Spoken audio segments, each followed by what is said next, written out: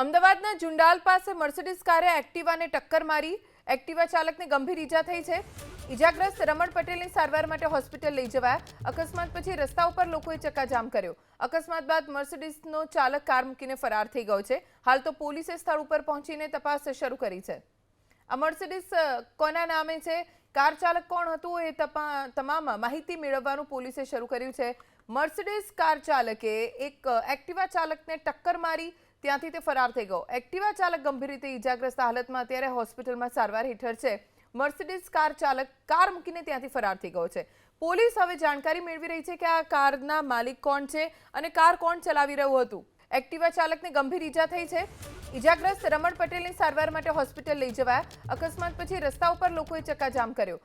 અકસ્માત બાદ મર્સિડીઝનો ચાલક કાર મૂકીને ફરાર થઈ ગયો છે। હાલ તો પોલીસે સ્થળ ઉપર પહોંચીને તપાસ શરૂ કરી છે। આ મર્સિડીઝ કોના નામે છે, કાર ચાલક કોણ હતું એ તમામ માહિતી મેળવવાનું પોલીસે શરૂ કર્યું છે।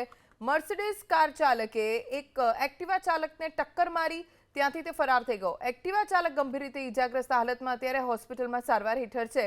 મર્સિડીઝ કાર ચાલક કાર મૂકીને ત્યાંથી ફરાર થઈ ગયો છે। પોલીસ હવે જાણકારી મેળવી રહી છે કે આ કારના માલિક કોણ છે અને કાર કોણ ચલાવી રહ્યું હતું।